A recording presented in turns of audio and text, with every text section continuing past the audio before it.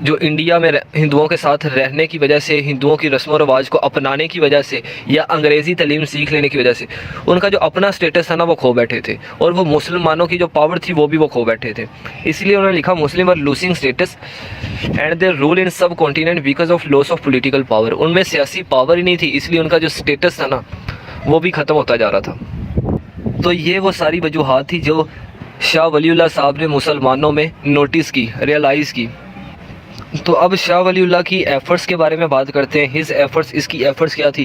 تو سب سے پہلی ہیڈنگ ہے ہمارے پاس میسیج۔ تو جب یہ سعودی عربیہ سے انڈیا میں آئے تو انہوں نے سب سے پہلا میسیج کون سا دیا؟ ان کا سب سے پہلا جو میسیج تھا وہ یہی تھا کہ مسلمان آگے نہیں بڑھ پا رہے، اس کی وجہ صرف اور صرف یہ ہے کہ مسلمان اکٹھے نہیں ہیں، مسلمانوں میں یونٹی نہیں ہے، اور یہی وجہ ہے مسلمانوں کے ڈکلائن کی، مسلمانوں کے زوال کی۔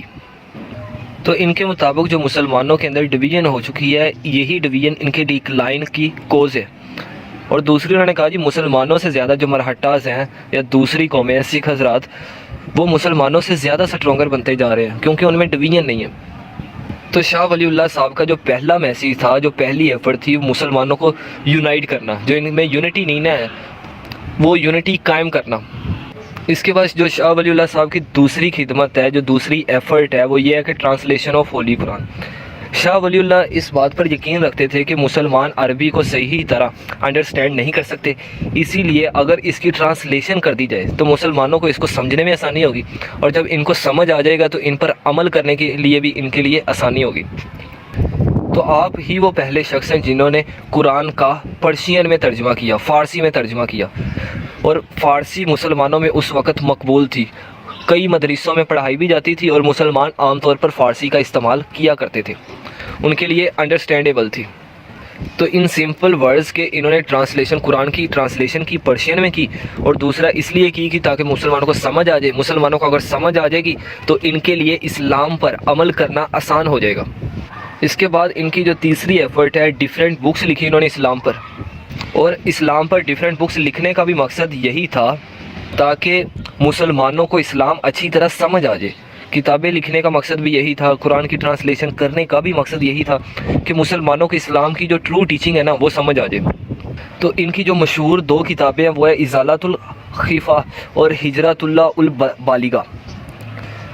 تو دو کتابیں ازالۃ الخفا اور حجرۃ البالغہ، اور جو حجرۃ البلاغہ ہے وہ ہے قرآن کی ایکسپلینیشن ہے، یعنی کہ قرآن کی تفسیر پر لکھی گئی ہے، اور جو ازالۃ الخفا ہے وہ قرآن اور اسلام کے جو بیسک پرنسپل ہے نا ان پر لکھی گئی ہے۔ یہ دو ان کی مشہور کتابیں۔ اس کے علاوہ انہوں نے اور بھی بہت سی کتابیں لکھی اسلام پر، تو مقصد صرف ایک ہی تھا، مقصد یہی تھا کہ مسلمانوں کو اسلام کی ٹرو ٹیچنگ سمجھ آ جائے۔ اس کے بعد ان کی پولیٹیکل ایفرٹس دیکھتے ہیں۔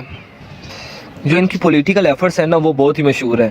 پولیٹیکل ایفرٹس میں یہ یہی چاہتے تھے کہ دہلی پر جو مرہٹہ قابض ہو چکے ہیں نا ان کو ہٹا دیا جائے، اور جو دہلی ہے یہ مسلمانوں کے قبضے میں آ جائے۔ تو انہوں نے اس مقصد کے لیے احمد شاہ ابدالی کو بلایا، ان کو ریکویسٹ کی کہ آؤ اور مسلمانوں کو لیڈ کرو اور یہ علاقہ چھڑواؤ دہلی مرہٹہ کے علاقے سے، یعنی کہ مرہٹہ کے قبضے سے، اور یہاں پہ مسلمانوں کا جو رول ہے نا وہ دوبارہ ریسٹور کر دو۔ تو احمد شاہ ابدالی آئے اور انہوں نے 1761 میں مرہٹہ کے خلاف جنگ لڑی، اور وہ جنگ جیت گئے، اور اس جنگ کو پانی پت کی جنگ بھی بولا جاتا ہے۔ پانی پت کی یہ تیسری جنگ تھی۔ تو جو احمد شاہ ابدالی صاحب تھے وہ پانی پت کی جنگ تو جیت گئے، اور یہ پانی پت کی تیسری جنگ تھی، لیکن انہوں نے مرہٹہ کو بھی ہٹا دیا، مسلمانوں کو بھی ان کا دہلی کا رول مل گیا، لیکن احمد شاہ ابدالی وہاں پہ زیادہ دیر رکے نہیں، اور جب رکے نہیں تو وہ واپس چلے گئے۔ جب احمد شاہ ابدالی یہ علاقہ، دہلی کا علاقہ چھوڑ کر واپس گئے تو یہ علاقہ مغلوں کی ایڈمنسٹریشن میں آ جاتا ہے جی، مطلب کہ مرہٹہ سے چھڑوایا مسلمانوں کے ہاتھوں میں آ گیا، اور بعد میں مغلوں کے ہاتھوں میں آ گیا۔ تو مرہٹہ سے تو دہلی سے مرہٹاز کو ہٹا دینا اور مسلمانوں کو ان پر راج کروا دینا، یہ ان کی سیاسی خدمت تھی، پولیٹیکل ایفرٹ تھی۔ اس کے بعد ان کی بات کرتے ہیں ہز سوشل پرنسپلز یا سوشل ایفرٹس۔ تو ان کے جو سوشل ایفرٹس ہیں نا اس میں انہوں نے دو پرنسپلز بتائے، ایک عدل اور دوسرا توازن۔ عدل کا مطلب ہوتا ہے جسٹس، اور توازن کا مطلب ہوتا ہے ایکویلیبریم۔ تو انصاف اور ایکویلٹی، یعنی کہ تمام لوگ برابر ہیں اور تمام لوگوں کو انصاف ملنا چاہیے، وہ غریب ہو امیر ہو، سب کے لیے انصاف اور ایکویلٹی ایکول ہے جی۔ اور اس نے مسلمانوں کو یہ فورس کیا، پرسویڈ کیا، اس بات پر مجبور کیا کہ یہ دو چیزیں، ایک عدل اور دوسرا توازن، یعنی کہ جسٹس اور ایکویلٹی، یہ آپ لوگوں کو اپنی ڈیلی لائف میں اس کو شامل کرنا پڑے گا۔ اگر آپ لوگ اپنی لائف کو بہتر بنانا چاہتے ہو تو ان دو چیزوں کا خیال آپ کو ہر صورت میں رکھنا پڑے گا، اور یہ دو چیزیں مسلمانوں کو ان کی اکانومی بہتر کرنے میں بھی مدد دیں گی، کیونکہ یہی دو چیزیں ہیں جو کہ اکانومی کی بیک بون ہوتی ہیں، ریڑھ کی ہڈی ہوتی ہیں۔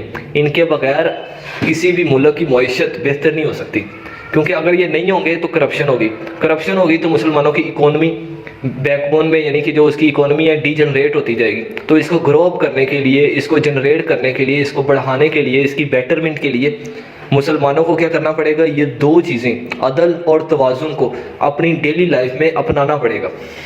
لاسٹ سلائیڈ ہمارے پاس ہے امپورٹنس۔ تو شاہ ولی اللہ ایک بہت ہی امپورٹنٹ ریلیجیس فیکلٹی ہے، بہت ہی امپورٹنٹ ریفارمر ہے۔ اس دور میں بہت سے ریفارمر اور بھی آئے ہیں جنہوں نے مسلمانوں کے میں اصلاحات کی ہیں، مسلمانوں کو ٹرو ٹیچنگ سکھائی ہے، لیکن شاہ ولی اللہ ان میں سب سے زیادہ پرومیننٹ ہے، ان کی اہمیت سب سے زیادہ ہے۔ تو ان کی صرف یہ خدمت نہیں ہے کہ یہ مسلمانوں کو دین کی طرف لے کے آئے، مسلمانوں کو اسلام کی طرف لے کے آئے، ان کی یہ بھی قابل غور اور بہت ہی امپورٹنٹ جو انہوں نے فیکٹر اپنایا وہ یہ تھا کہ مسلمانوں کو انڈیا میں ریسٹور کیسے کیا جائے، یعنی کہ مسلمانوں کے ہاتھوں جو پاور چلی گئی ہے اس پاور کو ریسٹور کیسے کیا جائے، یہ بھی ان کی خدمت میں ہی شامل ہے۔ اور ان کی جو سب سے اہم امپورٹنس ہے نا، وہ یہ تھی کہ جو بھی مسلمانوں کا حکمران آیا یا مسلمانوں کا ریفارمر آیا جنہوں نے مسلمانوں کو دین کی طرف راغب کیا، وہ صرف اس دور کے لیے ہی اپلیکیبل ہوتا تھا یا ان کے دور کے کچھ سالوں بعد ہی اپلیکیبل ہوتا تھا۔ تو لیکن انہوں نے جو پرنسپلز کو اڈاپٹ کیا، فالو کیا، وہ یہ تھے کہ وہ کسی بھی وقت، کسی بھی ٹائم، کسی بھی دور میں اپنائے جا سکتے تھے، اور اپنانے سے مسلمان دوبارہ اپنی پاور کو ریسٹور کر سکتے ہیں۔ تو ان کے جو پرنسپلز تھے وہ لانگ لاسٹنگ تھے، جس میں سب سے امپورٹنٹ جو ہم نے سب سے پہلا پڑھا تھا یونٹی آف مسلم۔ تو یونٹی آف مسلم ہر دور میں لازمی چاہیے ہوتی ہے۔ دوسرا ان کا جو تھا کہ انڈرسٹینڈنگ آف اسلام، تو یہ دو پرنسپلز ہر دور میں اپلیکیبل ہیں، توازن ہو گیا، عدل ہو گیا، یہ وہ پرنسپلز ہیں، انہوں نے وہ پرنسپلز پر کام کیا جو ہر دور میں اپلیکیبل تھے، جو مسلمانوں کی ہر دور میں رہنمائی کر سکتے تھے۔ تو یہ تھا ہمارا آج کا لیکچر شاہ ولی اللہ صاحب کا۔ اگر آپ کا کوئی سوال ہے تو آپ کمنٹ باکس میں کمنٹ کر سکتے ہیں۔ اس کے علاوہ اس چینل کو سبسکرائب کریں، اور لاسٹ پر آپ سے ریکویسٹ ہے کہ مجھے انسٹاگرام پر فالو کریں۔ انسٹاگرام کا، واٹس ایپ کا، فیس بک کا، سب کا لنک ڈسکرپشن میں دے دیا گیا۔ ملتے ہیں نیکسٹ ویڈیو میں، تب تک کے لیے اللہ حافظ۔